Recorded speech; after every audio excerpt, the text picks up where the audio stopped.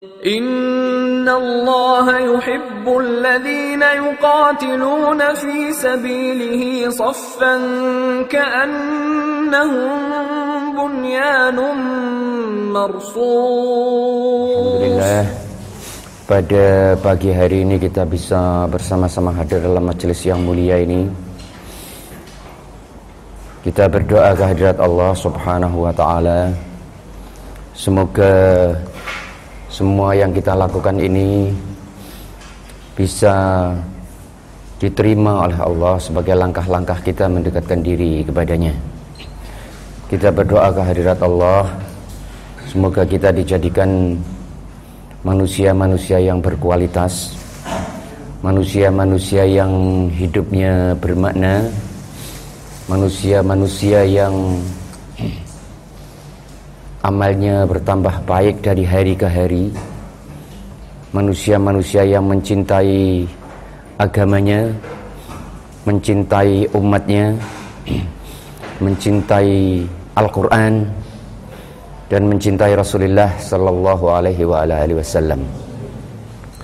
Materi yang diminta pada saya hari ini adalah tentang toleransi beragama. Alhamdulillah, kalau materi itu yang diminta, karena barangkali saya bisa ikut sedikit berkontribusi di dalam memberi masukan atau memberi penjelasan tentang bagaimana pandangan Islam tentang toleransi beragama. Jadi yang pertama mungkin bisa saya ungkapkan di sini bahwa tanpa berlebihan kalau saya katakan bahwa satu-satunya agama yang bisa menerima kehadiran agama lain itu adalah Islam. Alhamdulillah ya. Jadi setiap agama merasa dirinya paling benar, setiap agama merasa dirinya paling suci, dan setiap agama tidak bisa menerima keberadaan agama lain kecuali Islam ya.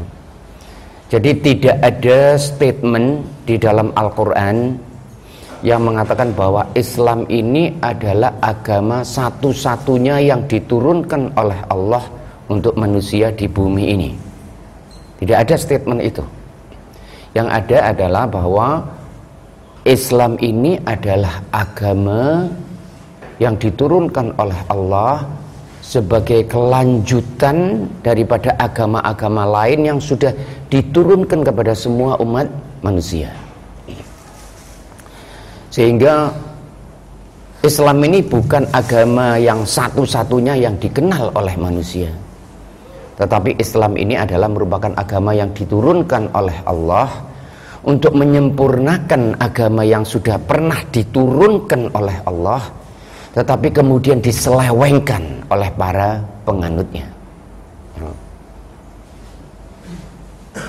Maka itu ada komentar-komentar kadang-kadang begini, orang Islam merasa benar sendiri, orang Nasrani merasa benar sendiri, orang Yahudi merasa benar sendiri. Sebetulnya kan tidak bisa seperti itu, karena bagaimana setiap pihak merasa dirinya benar, padahal kebenaran itu mestinya cuma satu. Statement itu tidak pada tempatnya, statement itu salah. Itu bisa berlaku bagi agama lain, tetapi tidak berlaku bagi Islam. Karena orang Islam ini tidak pernah mengatakan bahwa Islam ini adalah agama satu-satunya yang benar. Bahkan istilah semacam istilah ahlul kitab itu hanya orang Islam saja yang punya. Dan itu alhamdulillah menunjukkan kemudahan umat Islam ini untuk bisa melakukan toleransi. Bayangkan saudara, kita mengatakan mereka itu, katakanlah orang Nasrani dan Yahudi itu ahlul kitab. Itu satu statement yang dilakukan yang nilainya sangat besar. Sedangkan mereka tidak punya istilah itu terhadap kita sama sekali ya. Nanti saya akan lihat lebih jauh tentang itu. Tetapi saya awali dengan statement itu tadi, bahwa tidak ada sejauh pengetahuan saya ayat di dalam Al-Quran yang mengatakan Islam ini adalah agama satu-satunya. Tetapi Islam ini adalah kelanjutan dari agama-agama lain yang sudah diturunkan oleh Allah, yang tadinya benar. agama yang diturunkan kepada Ibrahim, agama yang diturunkan kepada Ishak, agama yang diturunkan kepada Zakaria, agama yang diturunkan kepada Musa, yang diturunkan kepada Isa, itu semua orang Islam meyakini kebenarannya sebelum diselewengkan oleh para penganutnya. Untuk itu maka diturunkan agama Islam untuk mengembalikan agama itu pada agama yang hanif, mengembalikan agama kepada agama fitrah, sehingga dengan demikian agama itu kembali kepada apa yang sudah digariskan oleh Allah Subhanahu wa taala. Ya. Sehingga di dalam Al-Qur'an kalau orang Islam itu kenal nabi ini nggak cuma satu. Bahkan kalau yang disebut di dalam Al-Qur'an 25 dan ada yang lain lagi seperti rasul-rasul yang diutus kepada itu di surat Yasin, kalau saudara lihat ada banyak rasul-rasul, bahkan ada dikatakan nabi-nabi itu sampai berjumlah ribuan, dan itu diutus untuk umat manusia membawa agama yang benar. Ya. Nah kemudian umat-umat itu mulai menyelewengkan agama, liyashtaruna bi ayatillahi tsamanan qalila, dijual ayat-ayat itu kepada para penganutnya. Kemudian agama itu keluar dari konteks, sehingga Allah Subhanahu wa taala perlu merasa untuk diturunkan agama yang mengembalikan agama ini pada posisinya yang hanif. Ya. Sehingga pandangan Islam terhadap orang-orang di luar Islam itu ya, selama dia menjalankan ketaatannya kepada Allah sesuai yang digariskan, tidak ada masalah. Dan ayat Al-Quran ada yang bunyinya begitu. Hanya sayangnya ayat ini seringkali digunakan untuk malah membenarkan agama lain, memberi kesempatan kepada agama yang sudah sesat itu untuk mendapatkan kebenaran. Padahal ayat itu maksudnya bukan demikian. Ayat itu siapa saja yang menghidupi kehidupannya ini sesuai dengan yang digariskan oleh Allah, sesuai dengan agama yang diturunkan oleh Allah, akan mendapatkan keselamatannya di akhirat. Innal ladzina amanu wal ladzina hadu wan nasara was sabiin man amana billahi wal yawmil akhir wa amila salihan falahum ajruhum 'inda rabbihim wala khaufun 'alaihim wala hum yahzanun. Orang-orang yang beriman, orang-orang Nasrani, orang-orang Yahudi, orang-orang sabiin, man amana billahi wal yawmil akhir, yang iman kepada Allah dan hari akhir, wa amila salihan, dan berbuat baik, falahum ajruhum 'inda rabbihim, mereka akan mendapatkan pahalanya itu di sisi Allah. Tidak ada ketakutan dan tidak ada kesulitan yang akan menimpa mereka. Artinya keselamatan mereka itu dijamin oleh Allah kalau mereka benar-benar beriman kepada Allah dan menjalankan agamanya dengan baik. Jadi ayat seperti itu untuk menunjukkan Islam ini bisa menerima agama yang lain selama dia dilakukan dengan cara yang benar pada masa yang lalu. Ketika agama ini sudah keluar dari apa yang digariskan oleh Allah, maka kemudian Allah Subhanahu wa taala merasa perlu menurunkan agama yang meluruskan agama itu dan meminta kepada semua manusia untuk mengikuti agama itu dan meninggalkan agama-agama yang sudah diselewengkan itu. Nah, kalau mereka bisa kembali ke dalam agama yang hanif, Allah Subhanahu wa taala akan memberikan kepada mereka pengampunannya. Maka itu dalam pandangan Islam, kalau ada orang beragama lain, ini yang masih yang benar, yang tidak benar pun dalam pandangan Islam orang bisa menerima seperti itu. Artinya orang Islam itu tidak heran kalau ada orang beragama lain, bahkan orang punya faham yang berbeda. Ya, tidak ada masalah bagi Islam. Yang jadi masalah adalah kalau ada orang-orang tertentu barangkali yang mengaku dirinya sebagai orang Islam, kemudian tidak menjalankan kehidupannya sebagai orang Islam yang benar dan membawakan ayat-ayat tertentu di dalam Al-Quran untuk membenarkan pendapatnya sendiri, yang itu yang Islam tidak bisa menerima. Ya. Di dalam Al-Quran itu ada ayat yang begini, qul ya ahlal kitab ta'alau ila kalimatin sawa'in bainana wa bainakum. Wahai orang-orang ahlul kitab, diseru. Mereka itu dipanggil di Al-Quran, orang-orang Nasrani dan Yahudi sebagai ahlul kitab, adalah orang-orang yang oleh Allah diberi kitab, kitab yang benar aslinya itu, dan kita orang-orang Islam itu mengimani itu. Jadi kita ini mengimani Injil, mengimani Taurat, mengimani Zabur sesuai dengan yang diturunkan oleh Allah, bukan Taurat dan Zabur seperti yang ada sekarang, karena itu sudah karya manusia yang sudah keluar dari apa yang digariskan oleh Allah Subhanahu wa taala. Kita mengimani seperti itu. Maka itu dikatakan qul ya ahlal kitab ta'alu ila kalimatin sawa'in bainana wa bainakum alla na'budu illallah wa la nusyrika bihi syai'a wa la yattakhidha ba'duna ba'dan arbaban min dunillah fa in tawallaw faqul asyhadu bi anna muslimun. Katakanlah Muhammad kepada mereka, wahai orang-orang ahlul kitab, orang Nasrani dan orang Yahudi, datanglah engkau, ta'alau ila kalimatin, datanglah engkau kepada satu pernyataan, kepada sebuah kalimat, sawain bainana wa bainakum, yang sama antara kamu dan aku. Bayangkan saudara, wahai orang Nasrani dan orang-orang Yahudi, datanglah engkau kepada satu kalimat, ila kalimatin, pernyataan, sawain bainana wa bainakum, yang sama antara kami dan engkau. Apa itu? Adalah kami tidak akan menyembah selain Allah. Kalimat tauhid. Itu dikatakan kita ini punya kalimat yang sama. Mari datang kemari, kalimatnya sama antara saya, antara kita orang Islam dan mereka. Namun kalau mereka fa'in tawallau faqul asyhadu bi anna muslimun. Namun kalau kamu berpaling, maka nyatakanlah bahwa kami adalah orang-orang yang sudah berserah diri kepada Allah. Ya. Sehingga kehadiran agama-agama yang lain dalam pandangan Islam tidak jadi masalah. Kita meyakini kebenaran kitab-kitab yang diturunkan kepada para rasul. Kita meyakini rasul-rasul itu la nufarriqu baina ahadin min rusulih, tidak kita bedakan rasul yang satu dengan rasul yang lain. Di dalam Al-Qur'an itu ikon-ikon kesucian para rasul itu disebut dan dihargai oleh orang Islam, ya. Sehingga kalau orang Islam ini diminta toleransi, itu buat orang Islam tidak terlalu sulit. Tetapi bagi mereka itu pasti lebih sulit. Sehingga secara teoritis tidak akan ada. Dan ini mari kita diskusikan bersama. Tidak akan ada orang di dunia yang menganut suatu agama yang bisa lebih toleran dari orang Islam. Mari kita diskusikan bersama. Karena apa? Karena orang Islam itu bisa mengakui bahwa agama yang lain itu pernah diturunkan. Ya. Kalau saya katakan kepada saudara tentang Isa Al-Masih, saya ceritakan kepada saudara tentang Isa Al-Masih, apa yang ada di pikiran saudara tentang Isa Al-Masih? Siapa Isa Al-Masih itu? Siapa Isa Al-Masih itu? Rasul? Saudara hormati? Kalau saya mengatakan Isa Al-Masih, saudara mengatakan alaihissalam. Saudara hormati Isa? Betul-betul saudara cintai di dalam hati? Maka itu sering saya katakan, cinta seorang Nasrani kepada Isa belum tentu lebih besar dari cinta saya kepada Isa. Belum tentu. Kita seorang mukmin ini cinta kepada Isa Al-Masih sebagai rasul. Nah, pertanyaan saya, orang-orang di luar Islam itu cinta kepada Muhammad Rasulullah sallallahu alaihi wasallam? Cinta? Tidak. Bahkan mereka mendegradasi, membuat karikatur, menghinakan. Bagaimana orang yang seperti itu bisa toleran? Bagaimana seseorang yang tidak menghargai figur-figur yang ditokohkan oleh satu agama dan dia bisa toleran? Tidak mungkin.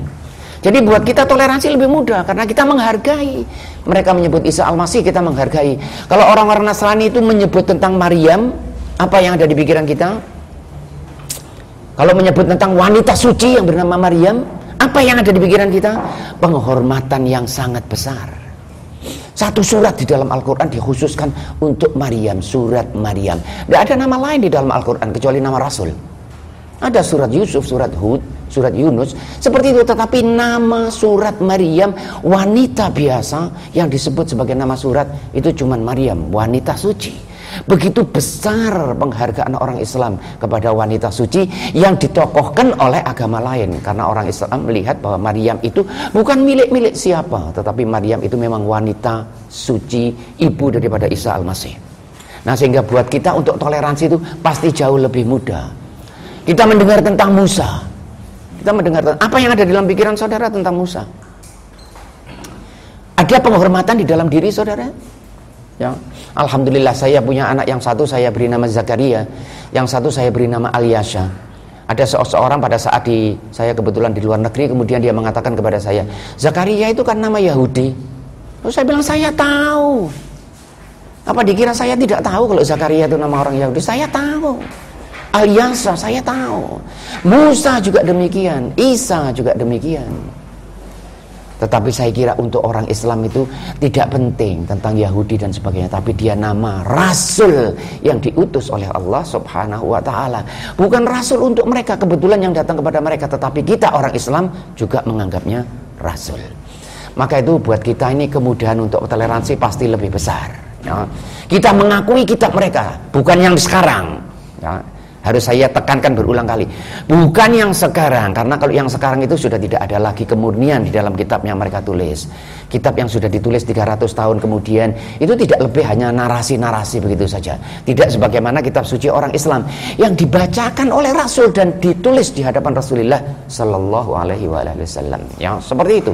Tetapi kita mengimani bahwa ada kitab yang diturunkan. Bahkan ada ayat di dalam Al-Quran itu yang bunyinya wa in min ummatin illa khala fiha nadhir. Tidak ada satu umat kecuali Tuhan sudah mengutus kepadanya satu yang mengingatkan.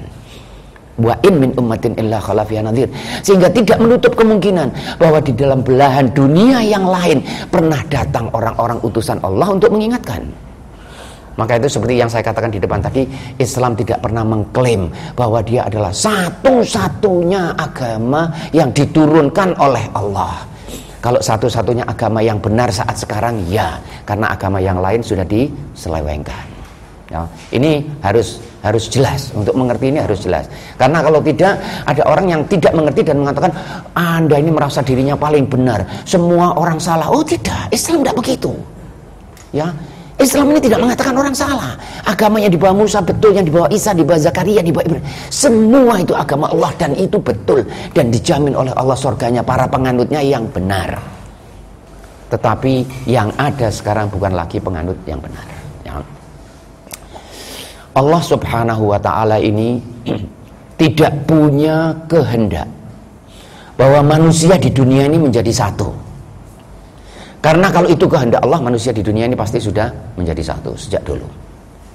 Tetapi Allah memang memberikan kepada manusia ini kesempatan untuk memilih jalan hidupnya. Allah memberi kita kemampuan untuk memilih.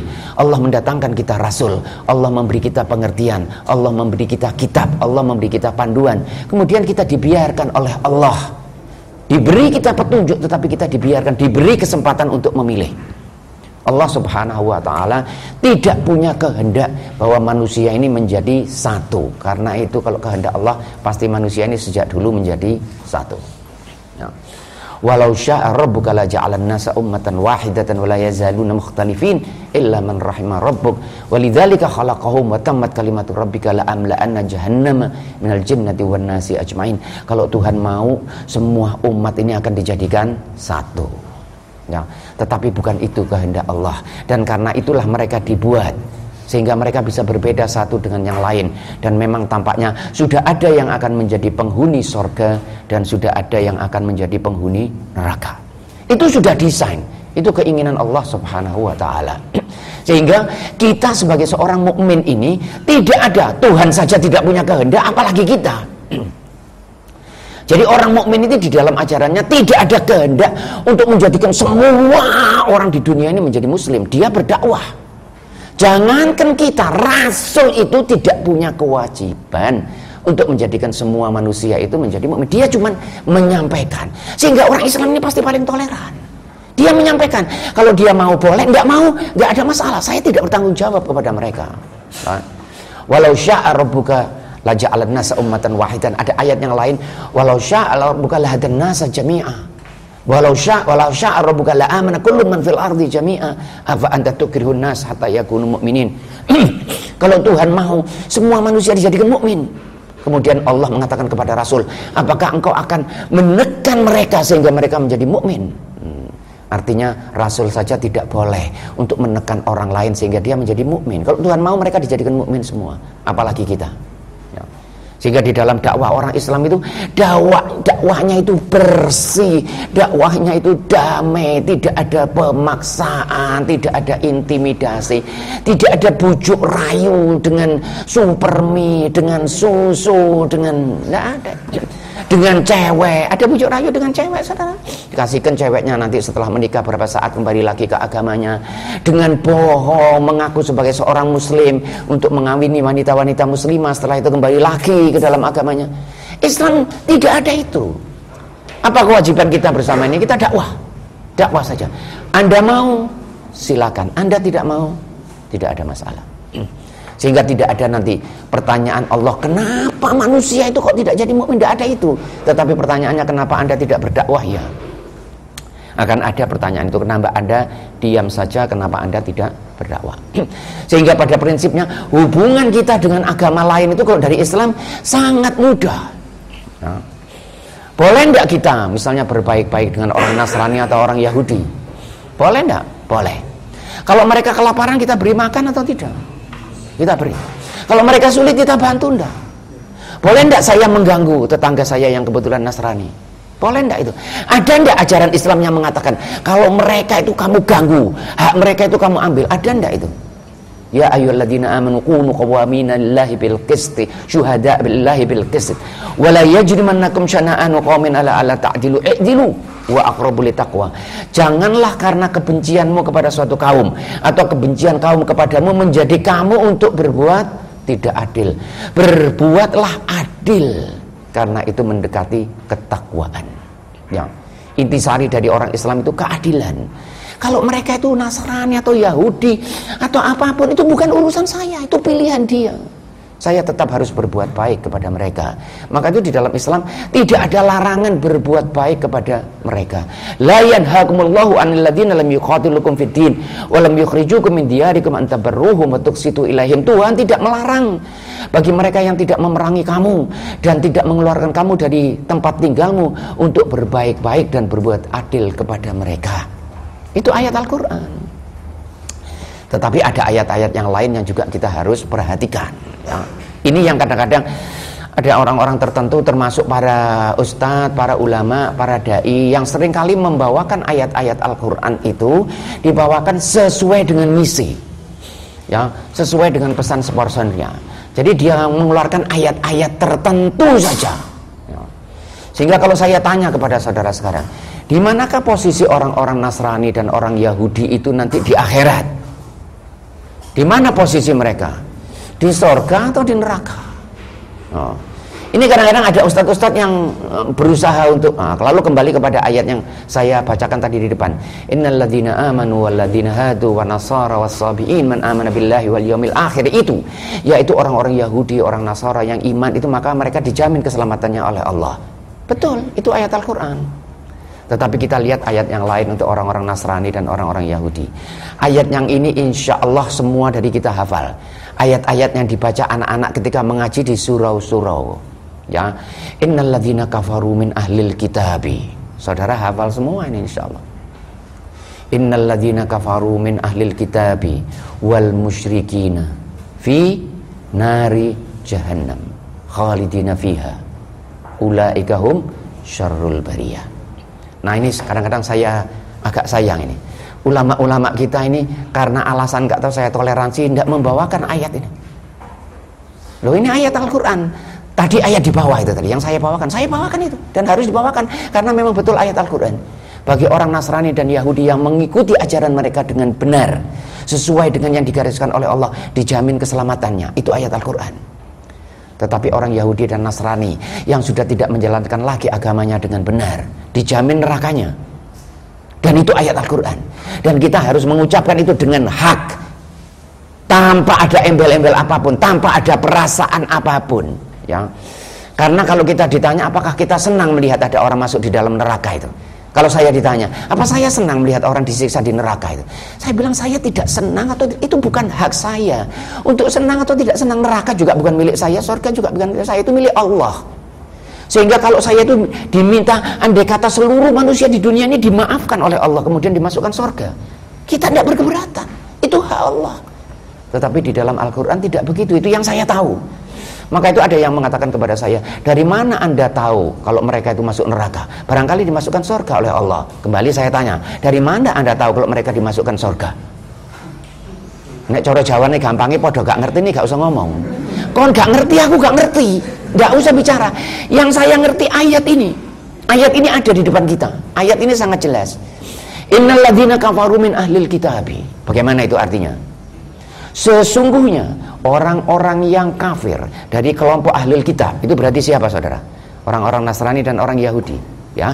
Innal ladzina kafaru min ahlil kitabi wal musyrikina, dan orang-orang musyrik fi nari jahannam, di neraka jahannam, khalidina fiha, mereka kekal di dalamnya.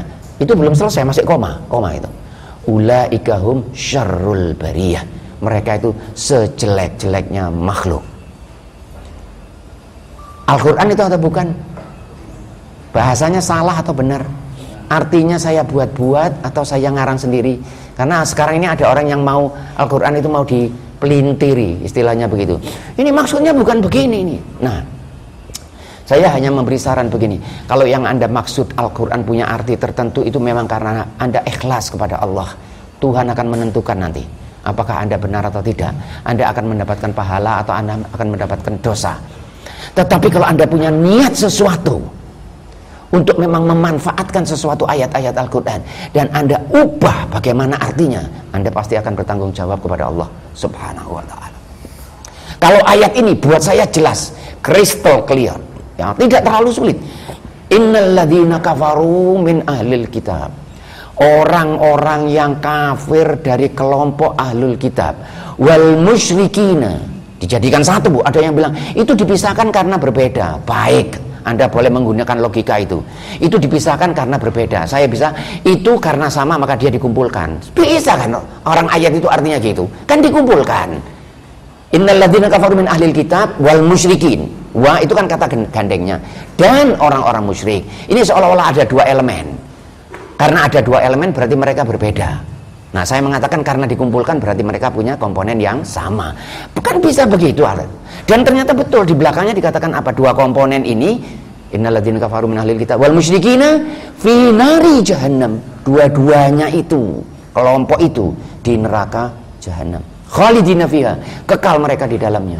Ulaika hum syarrul bariyah. Orang Islam itu mesti berani menyatakan itu. Karena itu ajaran agamanya. Nah, kalau saya bertemu dengan seorang Nasrani, kalau saudara bertemu dengan seorang Nasrani, kemudian saya tanya kepada seorang Nasrani itu, nanti loh di akhirat saya ini di mana? Kira-kira jawaban dia apa? Kalau menurut pandangan saya, Pak, insya Allah Bapak ini di sorga. Kira-kira dia akan jawab saya gitu? Kalau dia jawab gitu, dia bukan Nasrani yang benar. Dia Nasrani yang tidak mengerti tentang kenasraniannya. Kalau dia Nasrani yang benar, dia akan mengatakan saya ini nanti di neraka. Itu dia baru Nasrani benar. Dan buat saya tidak heran. Itulah omonganmu. Tidak heran. Jadi buat saya tidak ada masalah. Kalau saudara berhadapan dengan agama lain, kemudian dia mengatakan bahwa kita ini salah 100%, saudara terganggu. Saya sama sekali tidak terganggu. Itu kan pandangan kamu. Karena untuk menyatakan agama benar atau salah itu bukan pendapat. Itu ada rujukannya atau tidak. Nanti saya akan kembali tentang pendapat itu. Karena belakangan ini banyak hal yang menarik. Ada yang ditanya tentang agama lalu mengatakan menurut pendapat saya. Saya sering mengatakan sopo tak kok pendapatmu ya. Sopo tak kok pendapat. Ini Pak ya, kalau menurut pendapat saya, sopo tak kok pendapatmu. Dalam bidang agama ini kita tidak berpendapat. Faham saudara ya?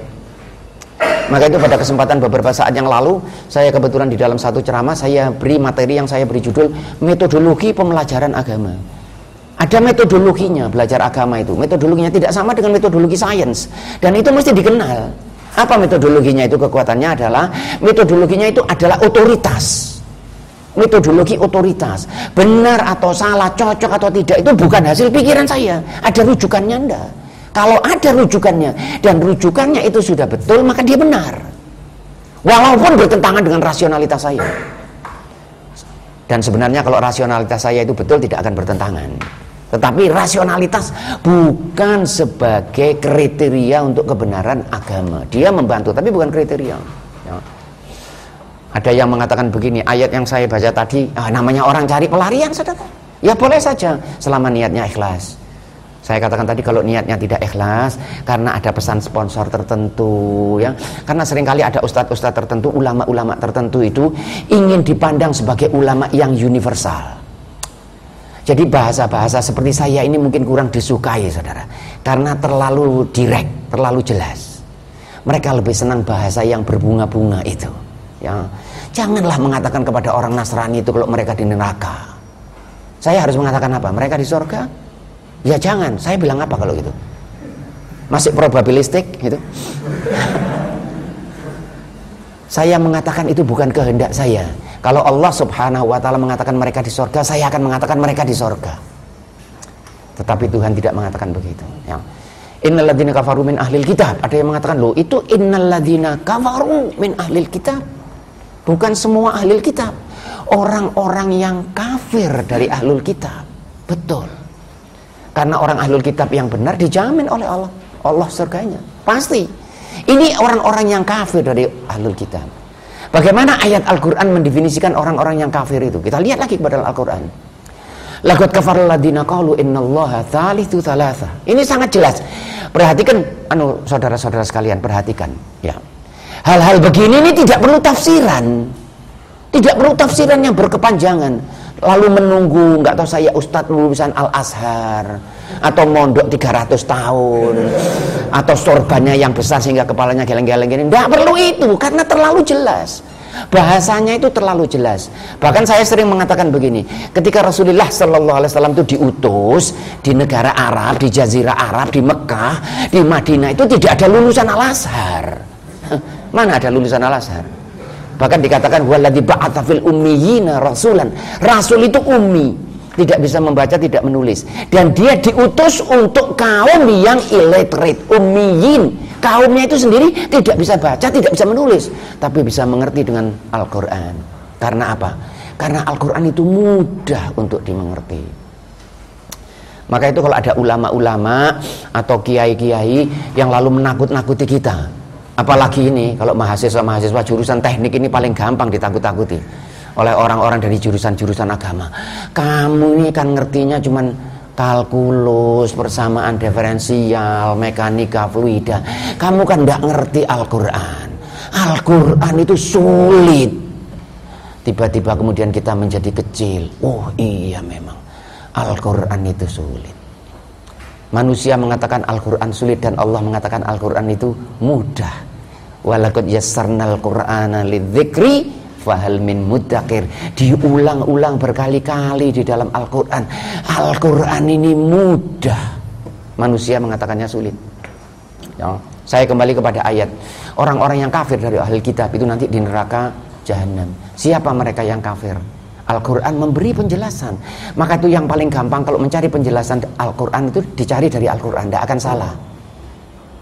Tibyanan di kulli syai'in, kalau mencari penjelasan tentang Al-Quran dicari dari Al-Quran, tidak akan salah.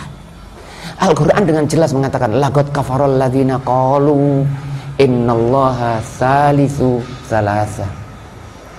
Sudah kafir orang yang mengatakan 3 di dalam 1 dan 1 di dalam 3. Laqad kafaral ladzina qalu innallaha huwal masih ibnu Maryam.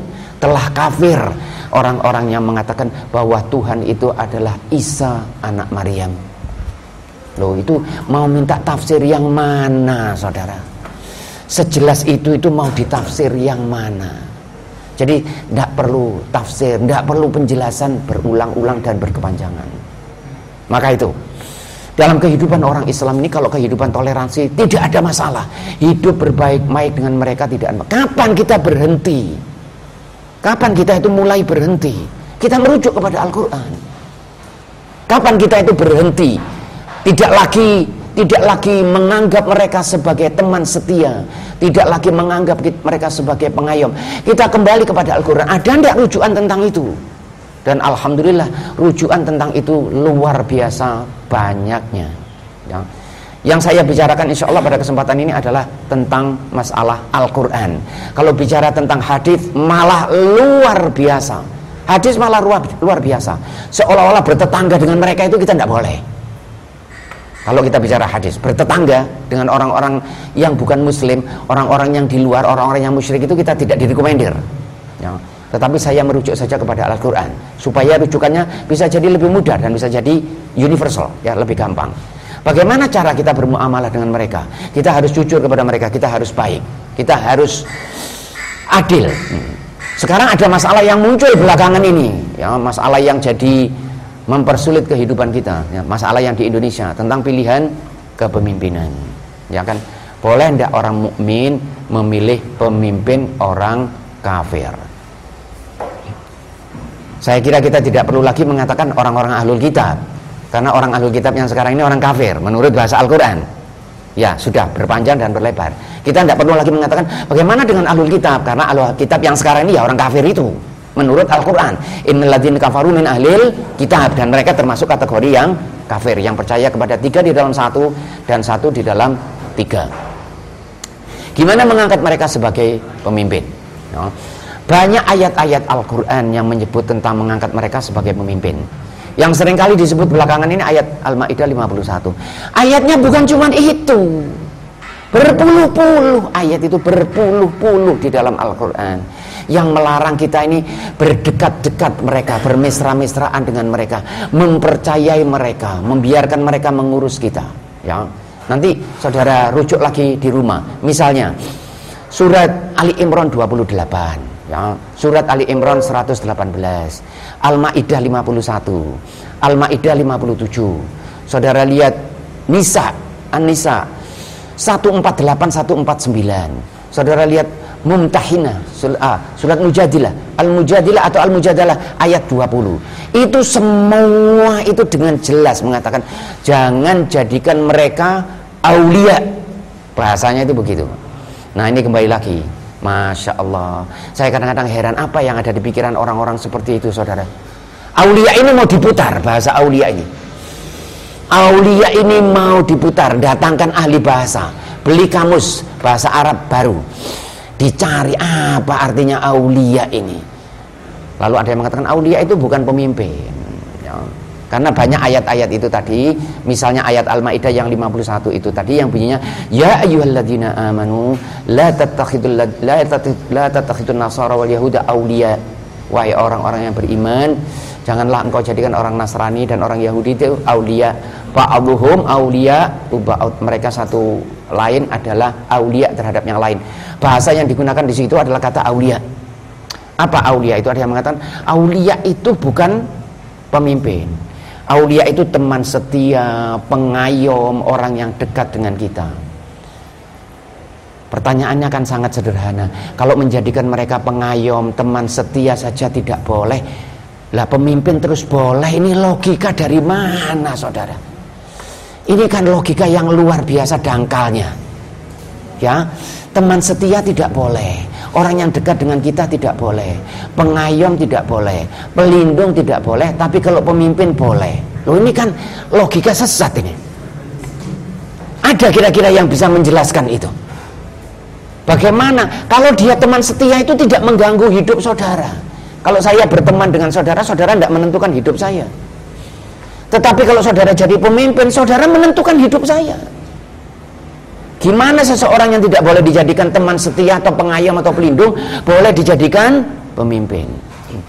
Malah saya bisa memberi contoh yang sederhana. Wali kota itu artinya apa? Ada seorang ustadz, saudara, yang mengatakan wali kota itu adalah orang yang dekat dengan kota. Ini bahasa apa ini, saudara? Ini bahasa apa ini? Saya tidak sampai pikiran saya. Mungkin IQ kita ini harus dinaikkan atau diturunkan. Mungkin diturunkan, mungkin ya. Harus diturunkan ini. Wali kota itu yang ada di pikiran saudara apa wali kota itu? Pemimpin kota kan? Kan sederhana itu, saya kira anak ibtidaiyah tahu, saudara. Kalau wali kota itu adalah pemimpin kota. Maka itu kita tidak boleh mengangkat mereka sebagai pemimpin. Ba'dhuhum awliya'u ba'd. Mereka itu satu sama lain saling mendukung di antara mereka. Dan ancamannya bukan sederhana, itu Maidah 51. Faman yatawallahu minkum fa innahu minhum. Siapa di antara kamu yang mengangkat mereka menjadi wali, kamu itu seperti mereka. Ya. Artinya kamu itu Yahudi, kamu itu Nasrani. Jadi ancaman itu bukan sederhana. Ancamannya sangat keras. Siapa yang mengangkat mereka menjadi pelindung? Kalau saya gunakan kata-kata mereka, ya mungkin mereka senang. Kalau saya gunakan kata pelindung, siapa yang mengangkat mereka menjadi pelindung, apalagi pemimpinnya itu, maka kamu adalah seperti mereka. Ya. Ayat di dalam Al-Quran, Basyiril munafiqin bi anna lahum adzaban alima. Beri kabar gembira bagi orang-orang munafik itu. Dan saudara lihat, ternyata memang banyak orang munafik di sekitar kita. Ketika mulai dipanggil ke Allah, tiba-tiba mereka cari cara untuk membenarkan dirinya, cari cara. Membenarkan dirinya itu sesuai dengan pikirannya. Kalau membenarkan dirinya sesuai dengan rujukan, ya, Tuhan akan menilai nanti apa yang mereka kerjakan. Basyiril munafiqin bi anna lahum adzaban alima. Beri kabar gembira orang-orang munafik itu, bagi mereka disediakan oleh Allah siksa yang pedih.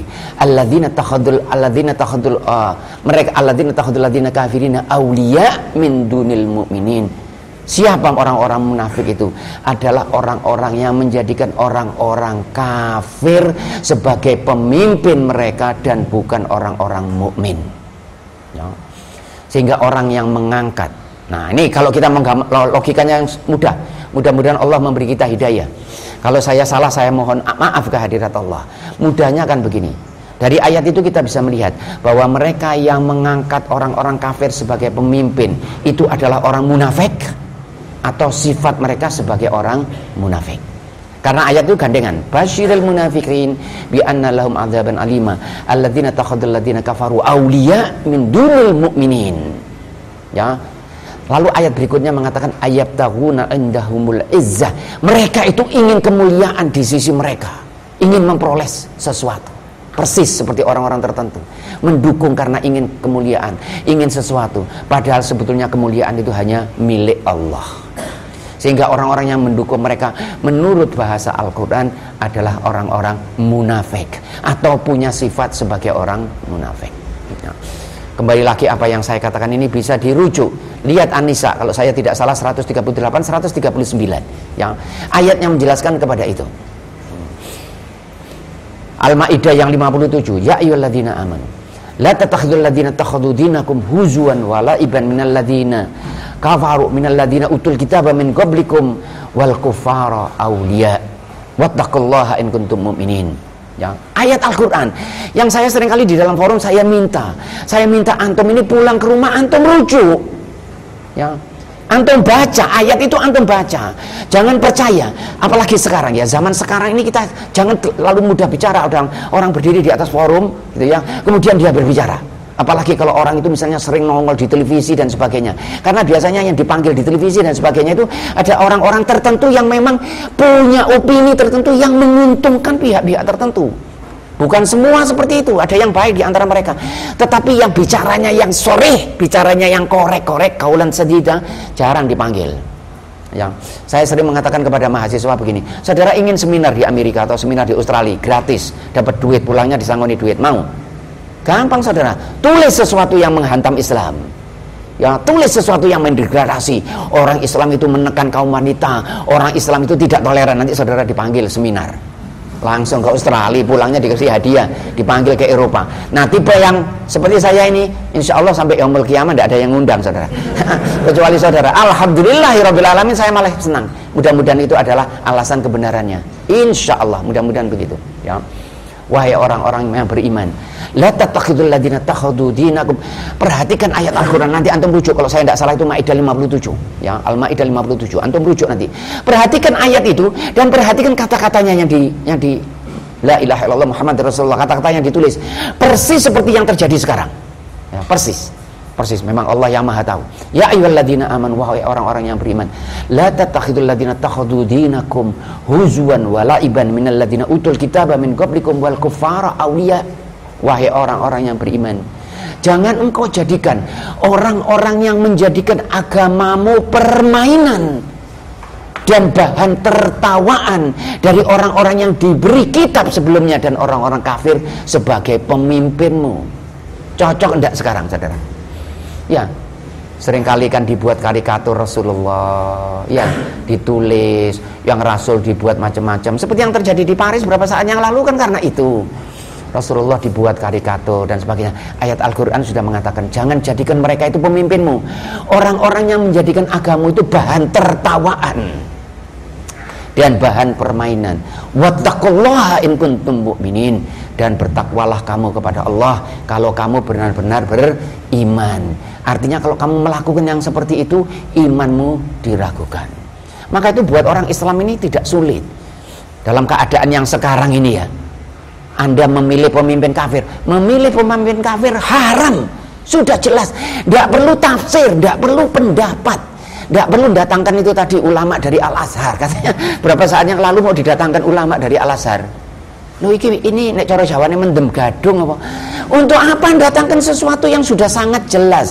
Nggak perlu Anda datangkan itu tadi yang mondok 300 tahun, lulus dari sini sudah hatam Al-Quran. Walaupun hafal, siapapun orangnya, apalagi saya, siapapun orangnya. Kalau berbicara sesuatu yang sudah menentang Al-Quran, sudah jangan dengarkan.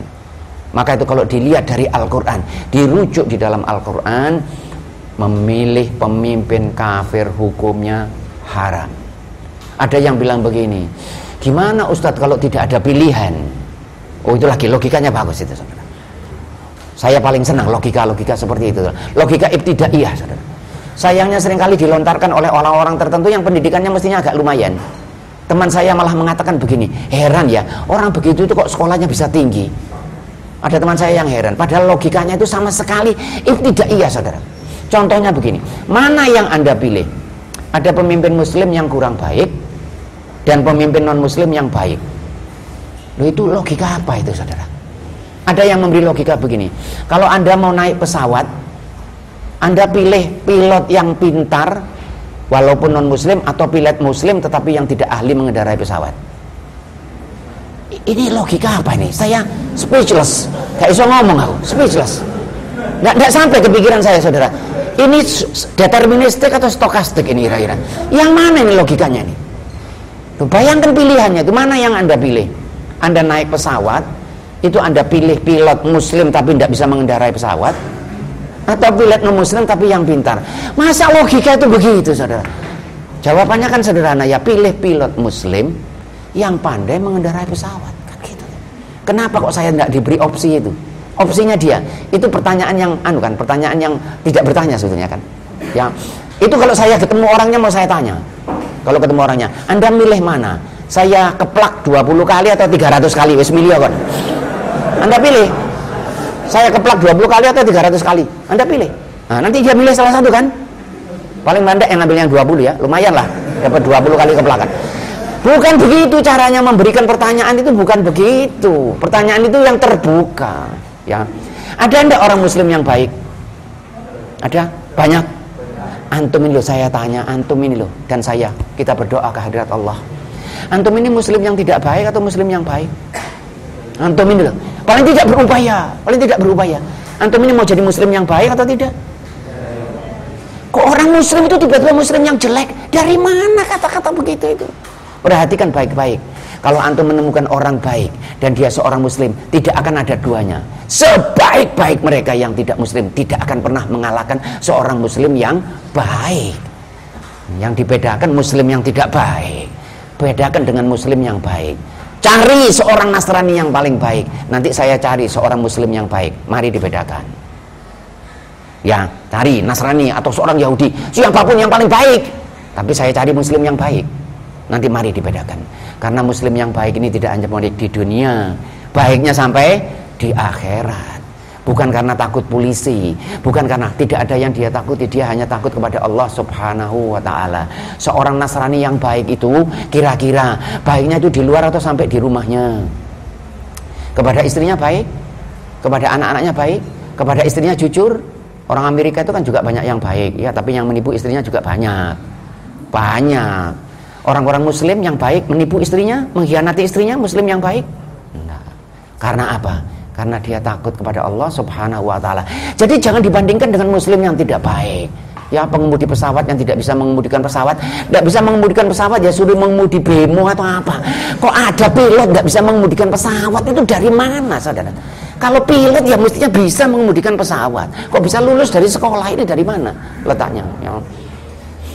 Berapa saat yang lalu saya berbicara di sebuah forum dan saya mengatakan begini, nanti kalau saya turun dari forum ini, saya berkeberatan kalau antum mengatakan, Pak, saya tadi tidak sependapat dengan Bapak. Ya, termasuk nanti kalau setelah selesai ini, kalau antum mengatakan saya tidak sependapat dengan pendapat Bapak itu, saya akan berkeberatan kalau saudara mengatakan begitu. Tetapi saya bisa menerima kalau antum mengatakan, Pak, itu tadi ayat yang Bapak baca tadi itu salah. Ayat itu tidak ada di dalam Al-Quran. Ayat itu tafsirnya tidak begitu. Ayat itu artinya tidak begitu. Saya bisa menerima. Tetapi kalau saudara mengatakan saya tidak setuju dengan pendapat Bapak, Itu saya heran. Loh, siapa yang berpendapat? Dari tadi ini saudara mendengar, saya ini nggak berpendapat. Ya. Jadi kalau sudah masalah agama itu kita ini tidak berpendapat. Saya hanya membawakan ayat-ayat Al-Quran sejauh pengetahuan saya. Maka itu ada orang-orang tertentu itu biasanya kalau saudara lihat di televisi luar biasa itu. Ditanya tentang masalah agama kemudian dia mengatakan, itu kalau menurut pendapat saya. Loh, gimana saudara kok bisa pendapat? Agama ini bukan pendapat. Agama ini ada ndak rujukannya, ada ndak ayatnya. Kalau ada ayatnya, ada rujukannya, saya ikuti. Kalau tidak ada, tidak saya ikuti. Nah, ini poin yang terakhir. Kita ini mau pilihan ini, mau pilihan pemimpin. Orang-orang Jakarta mudah-mudahan diberi hidayah. Ya, mudah-mudahan diberi hidayah. Orang-orang Surabaya juga. Hukumnya bagaimana memilih pemimpin kafir itu? Kalau di dalam pandangan Islam, hukumnya itu haram. Dan itu saya kira MUI juga mengatakan seperti itu. Saya kira orang itu kalau mau benar, dia ya orang-orang tertentu saja yang berusaha melintir dengan kata aulia. Saya kira itu tidak ada yang benar. Sejauh pengetahuan saya tidak ada yang benar. Karena mereka berusaha melakukan sesuatu yang tidak semestinya. Kemudian saya tanya satu hal. Kira-kira kalau di zaman Rasul, di zaman para sahabat, itu kira-kira ada orang-orang di luar Islam yang akan dijadikan pemimpin? Kita pakai logika ini sekarang, logika ya, bukan ayat Al-Quran. Kira-kira Rasulullah SAW itu ketika mengangkat pemimpin, ya misalnya diangkat seorang jadi gubernur, itu kira-kira Rasul terus dilihat ini mana? Oh kamu aja, gitu aja, atau memilih pemimpin Muslim yang baik, yang dilakukan oleh Rasul. Para sahabat, Khalifah Umar, Abu Bakar, Utsman dan Ali, itu kalau milih pemimpin, itu dia memilih pemimpin kafir atau pemimpin Muslim? Lah kenapa kita kok memilih pemimpin kafir? Kita lebih tahu dari mereka-mereka itu. Saya berikan cerita. Maka itu tadi saya sengaja tidak memberikan cerita-cerita sahabat atau hadis-hadis karena kalau itu lebih keras. Ya, saya berikan cerita.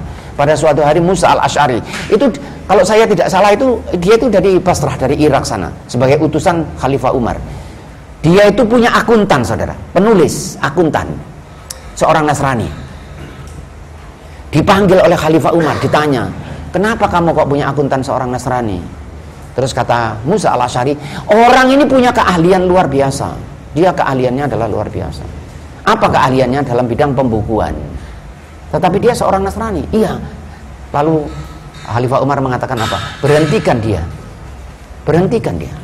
Bukan pemimpin loh saudara. Bukan pemimpin, cuman akuntan. Berhentikan dia. Kenapa engkau mengangkat derajat orang yang sudah direndahkan oleh Allah? Kenapa engkau mendekatkan orang yang sudah dijauhkan oleh Allah? Itu kata Khalifah Umar. Nah, kira-kira kita lebih mengerti dari Khalifah Umar. Kemudian katakanlah saja, kalau dia itu meninggal dunia, apa yang kamu lakukan? Kan kamu yang membuat pembukuan, lakukanlah itu sekarang. Tidak usah nunggu dia meninggal dunia. Begitu.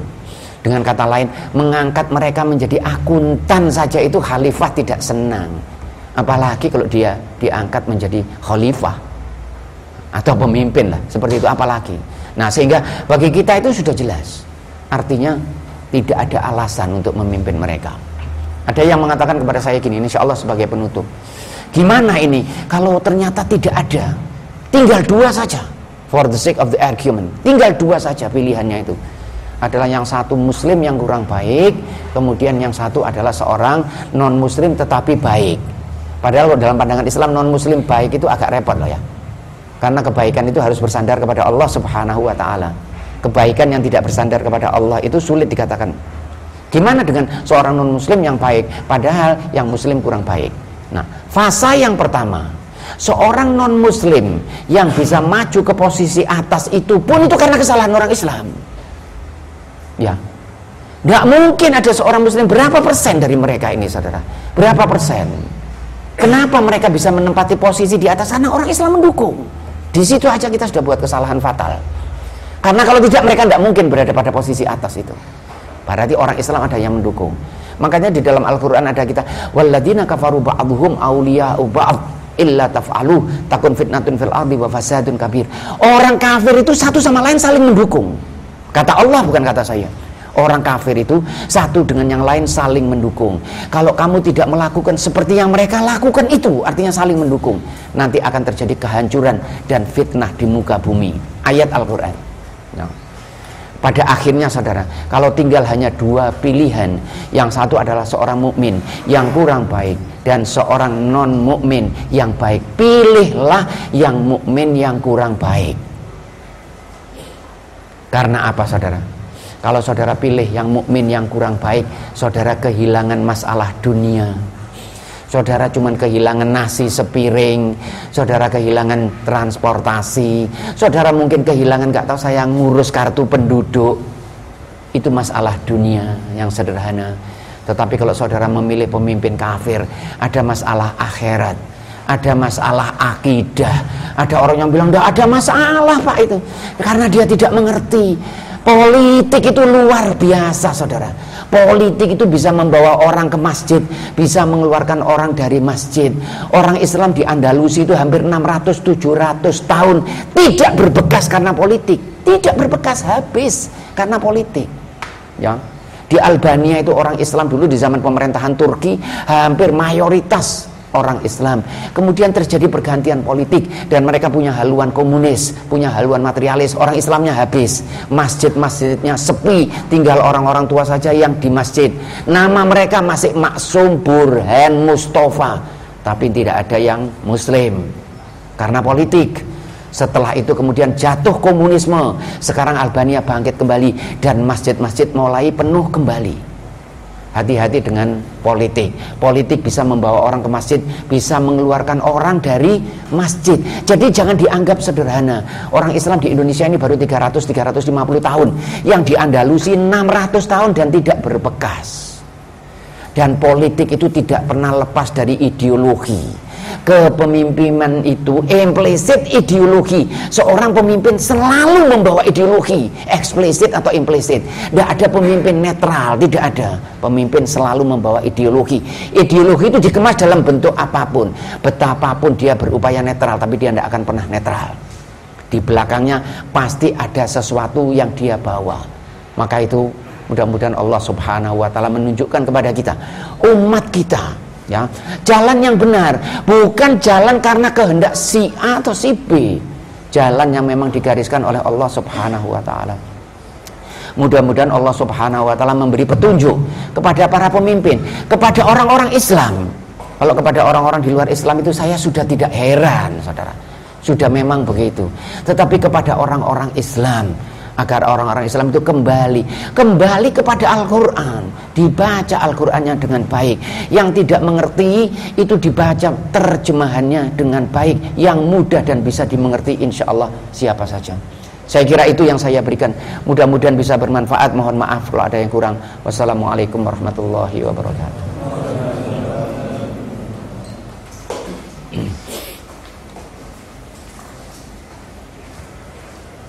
Luar biasa materi dari Pak Sahar. Selanjutnya akan ada sesi tanya jawab untuk 3 penanya, 2 Tuan dan 1 lawan. Dan 1 lawan.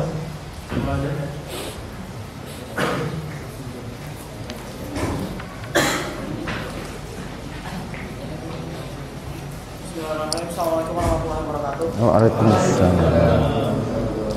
Nama saya Izal Aminul Majid. Ingin bertanya Pak untuk masalah toleransi ini. Seandainya kan tadi kita dalam kondisi kita memilih pemimpin yang non muslim, sedangkan bagaimana seandainya sudah terjadi itu pemimpinnya sudah non muslim, bagaimana kondisi yang harus kita lakukan sebagai non muslim? Ya. Assalamualaikum. Ya, baik. Kadang-kadang memang sulit ya, tiba-tiba sesuatu mengarah kepada sesuatu yang lain dan tiba-tiba sudah terjadi.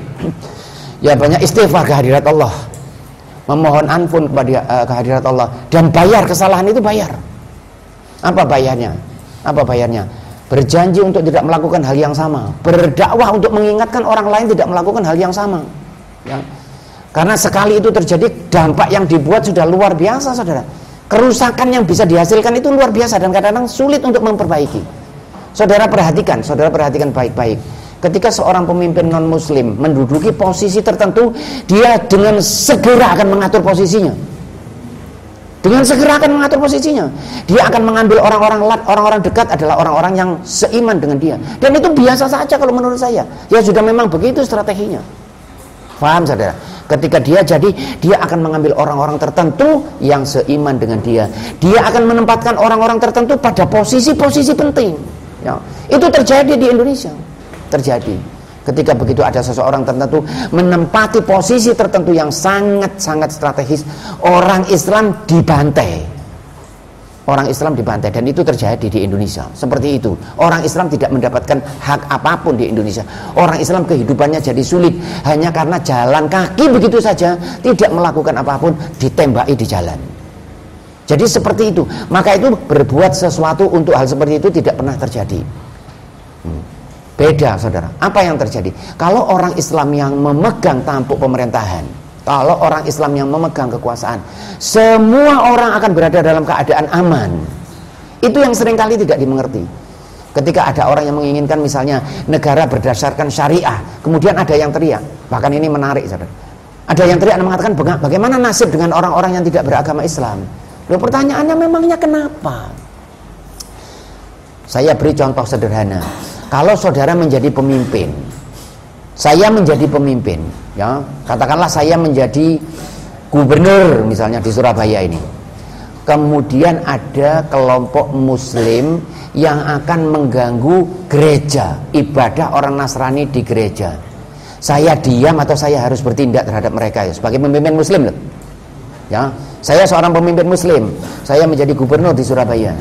Ya, ada sekelompok orang yang akan menyerang orang yang beribadah di gereja. Saya bertindak atau tidak ketika saya menjadi seorang pemimpin muslim? Saya bertindak, pasti. Orang-orang yang melakukan seperti itu pasti akan saya tindak dengan keras. Karena tidak ada ajaran Islam untuk mengganggu agama lain. Ya. Orang yang hidup di dalam kepemimpinan Islam akan mendapatkan keamanannya. Jangankan manusia, binatang pun tidak akan terganggu. Karena seorang mukmin tidak pernah mengganggu orang lain. Orang Nasrani itu bukan urusan saya. Dia hidup, saya tidak punya hak apapun untuk mengganggu dia.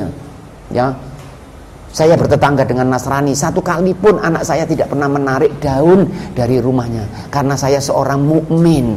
Orang mukmin tidak pernah mengganggu orang lain, walaupun dia bukan orang mukmin.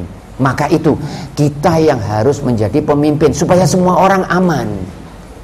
Tetapi kalau mereka yang jadi, kenyataannya tidak demikian.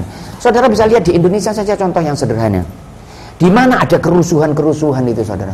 Seringkali di mana kerusuhan ini? Di mana saudara? Di Poso, Halmahera, kan begitu? Di tempat-tempat yang orang Islam bukan mayoritas. Di tempat orang Islam yang mayoritas tenang-tenang. Di Surabaya, di Pasuruan, di Gresik, di Malang, kantung-kantung orang Islam, tidak ada masalah. Di tempat di Irian, saudara lihat, baru mayoritas kecil, padahal umat Islam di Irian itu bukan minoritas, mayoritas itu dari hitungan. Dari hitungan orang Islam di Irian itu mayoritas. Cuman mereka saja yang mengklaim kalau mereka mayoritas. Dari hitungan orang Islam di Irian itu jauh lebih banyak. Tetapi orang Islam itu mengayomi semua. Karena apa? Karena itulah ajaran Islam. Yang dikatakan rahmatan lil alamin itu begitu. Saya tidak perlu tahu kamu agama apa, silakan. Kamu jalankan agamamu dengan baik. Dan umat tidak boleh mengganggu. Biarkan mereka dalam agamanya. Itu urusan mereka. Syaratnya cuma satu. Jangan jadikan mereka pemimpinmu. Kan gampang. Baik kepada mereka boleh. Kalau punya makanan mereka dikasih juga boleh. Ya, mereka sakit saudara kunjungi juga boleh. Jangan jadikan mereka pemimpinmu. Karena kalau mereka jadi pemimpin, mereka membawa ideologi. Dan ideologi itu yang membahayakan bagi kehidupan umat. Sehingga kalau sudah keburu saudara mengangkat sebagai pemimpin, saudara banyak istighfar dan dibayar. Dengan membayar hutang, membayar kesalahan yang sudah pernah dilakukan. Saya kira begitu insya Allah.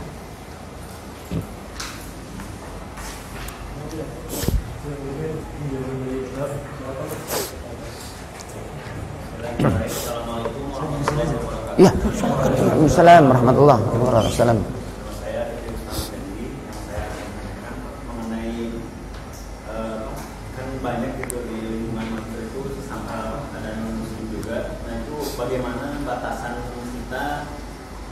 terlalu anti juga kan, jangan terlalu kita terlalu dekat juga. Nah itu bagaimana batasannya? Kemudian pertanyaan selanjutnya yang berhubungan yaitu bagaimana berhubung saya akan tugas akhir, bagaimana pembimbing tugas akhir ya milih ya padahal ada banyak pilihan yang muslim juga ya, tapi dari segi keekspertannya gitu ya bagaimana ya. Waalaikumsalam warahmatullahi wabarakatuh. Ya, saya jawab yang pertama. Mudahnya begini, kalau saudara mau menjahitkan baju, saudara tidak pakai tanya Anda ini muslim atau Anda ini non muslim. Ya sudahlah, jahitkan baju gitu aja kan. Mau menjahit baju. Ya. Tetapi kalau Anda bisa menjahitkan baju kepada seorang muslim dan dia mendapatkan rezeki, insya Allah saudara dapat pahala lebih. Saya punya uang 1.000 rupiah, kemudian ada 2 orang pengemis. Ya, yang satu mukmin, yang satu non mukmin. Kalau bisa saya bagi 2 baik. 500. Tetapi kalau jumlahnya terlalu kecil, saya berikan kepada yang muslim, insya Allah pahalanya lebih. Karena begini, sederhana. Kira-kira ada ndak ajaran? Ada ndak? Wallahu alam, saya ndak yakin. Ada ndak ajaran mereka untuk baik kepada kita? Dugaan saya kok ndak ada. Ada ndak ajaran kita untuk baik kepada mereka? Yes, afirmatif. Ada ayat Al-Quran yang mengatakan begini, laisa alaika hudahum, kamu itu bukan kewajibanmu untuk memberikan hidayah. Ya, apapun yang kamu perbuat kepada mereka akan dicatat oleh Allah. Dan ayat itu turunnya itu adalah karena memberi sedekah kepada non muslim.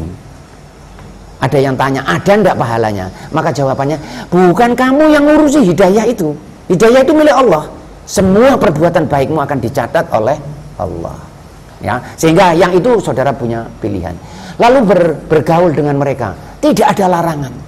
Bahkan saudara tunjukkan akhlak saudara yang baik. Ya, saya punya teman seorang Nasrani. Dugaan saya, saya mungkin teman dia yang paling baik di dunia. Dugaan saya. Dia kalau punya rahasia-rahasia disampaikan kepada saya. Dia seorang Nasrani. Buat orang Muslim tidak ada masalah. Saya dulu pernah punya teman seorang Nasrani. Barangkali salah satunya teman yang saya bawa ke rumah saya dan tidur di rumah saya. Nasrani. Ibu saya sampai teriak-teriak. Karena dia, ini seorang Nasrani dibawa ke rumah. Saya bilang tidak ada salahnya kita membawa seorang Nasrani ke rumah. Yang tidak boleh, jangan jadikan mereka pemimpinmu. Ada seseorang yang mengatakan begini, Rasulullah Shallallahu Alaihi Wasallam itu kan pemaaf, ya kan? Saudara tahu, semua orang tahu. Tetapi ada sisi Rasul yang tidak banyak orang tahu. Sisi Rasul yang tidak. Rasul ini tidak hanya satu sisi, tidak cuma pemaaf. Bahkan ada yang membawa cerita bagaimana Rasul itu masuk ke dalam Mekah ketika Fathu Mekah. Rasul itu datang ke Mekah. Dia naik ontanya. Kemudian orang-orang Mekah itu semua berdiri dengan penuh ketakutan, termasuk Abu Sufyan. Terus Rasul bertanya kepada Abu Sufyan, "Ma dzanantum anni fa'ilun bikum?" Kamu ini enaknya saya apakan? Orang-orang yang sudah mengusir Rasul ini. Kemudian Abu Sufyan mengatakan, "Kamu adalah orang yang mulia dan saudara kami yang mulia." Itu pujian kepada Rasul. Kemudian Rasul mengatakan, "Aku katakan kepadamu seperti yang dikatakan oleh saudaraku Yusuf, la tathriba alaikumul yaum antumut tulaka." Kamu ini bebas pergi kemanapun, diampuni oleh Rasul semua. Ya, itu ada yang bilang Rasul itu pengampun. Jadi kalau ada orang yang menistakan agama itu sudah minta ampun ya diampuni lah, gitu maksudnya. Loh, apa Rasul itu terus pengampun gitu? Rasul itu mengampuni Abu Sufyan karena apa? Rasul dengan 10.000 orang tentara, raja, the emperor, saudara, raja di raja. Abu Sufyan sudah penuh dengan ketakutan, saudara. Kemudian Rasul mengatakan, kamu pergi, kamu pergi, kamu pergi. Bukan pemimpin yang dengan penuh kepongahan menistakan agama. Itu kalau zaman Rasulullah. Saudara pernah tahu Rasulullah itu memberi restu pada pembantaian, kalau saya bisa bukan pembantaian, pembalasan dendam pada 700-800 orang Yahudi di pasar Madinah, dipenggal lehernya. Pernah tahu saudara sejarah itu? Nah, seringkali orang tidak tahu sejarah itu. Rasul ini pemaaf, memang pemaafnya luar biasa. Tetapi kalau sudah masalah agama yang disentuh, lain, wajahnya memerah, saudara. Kalau dia saudara sentuh, dia saudara lempari, dia saudara ludahi, dia diam. Tetapi bukan masalah agama. Rasul pernah memanggil seseorang sahabat dan dikatakan, itu orang Yahudi yang mulutnya lancang itu kamu bunuh. Habisi saja dia, dan dihabisi. Bukan dalam keadaan perang. Jadi jangan cerita tentang Rasul Maha Pemaaf. Semua orang itu maafkan saja, rahmatan lil alamin. Tidak begitu. Rasul itu tidak semuanya pemaaf. Yang dimaafkan ya dimaafkan. Tetapi Bani Nadir itu saudara diusir dari Madinah. Bani Quraidah diusir dari Madinah. Diusir oleh Rasul. Karena apa? Karena mengkhianati Rasulullah SAW. Jadi dia punya perjanjian damai, tapi mereka mengkhianati Rasul.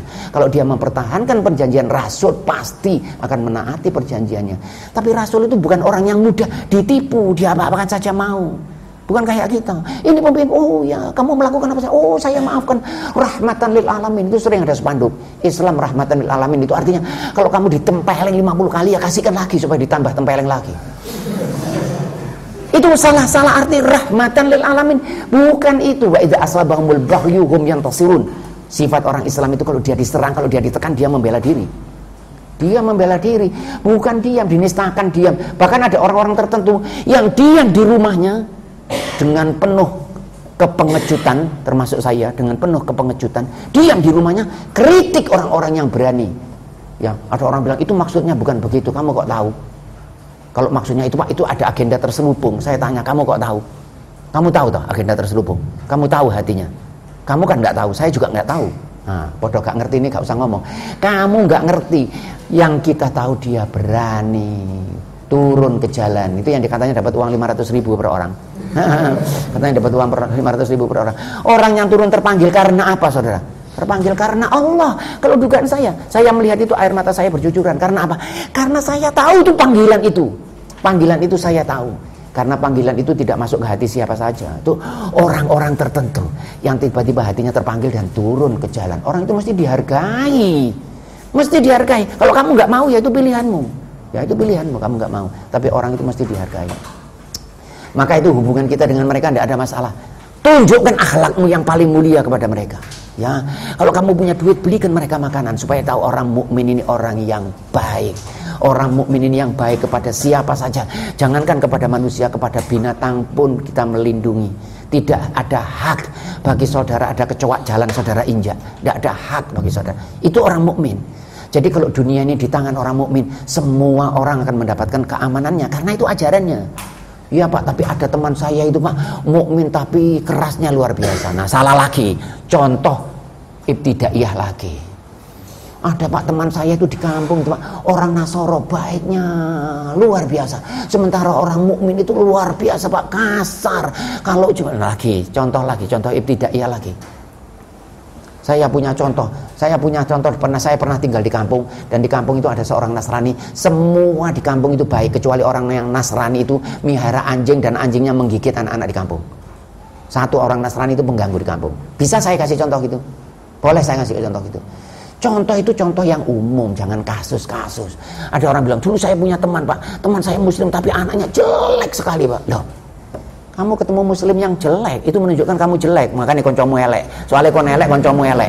Kalau kamu baik, kamu akan berteman dengan anak-anak yang baik. Saya beri ilustrasi sedikit. Saya beri ilustrasi, mengingatkan saya pada sebuah cerita.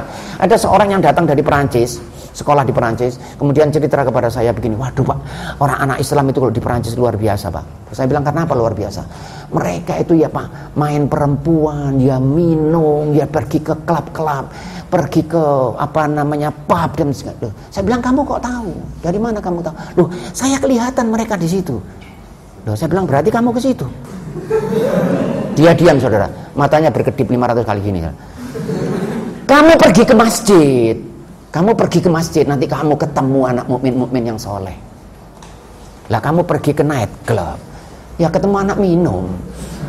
Kamu pergi ke masjid, kamu pergi ke pengajian, nanti kamu ketemu anak-anak Islam yang soleh, yang jujur, yang baik, kamu akan ketemu. Lah kalau saudara datang ke tempat anak-anak minum, ya ketemu orang minum saudara. Ya kan, situ memang tempatnya. Kan gitu. Saya kira begitu insyaallah. فبأي آلاء ربكما تكذبان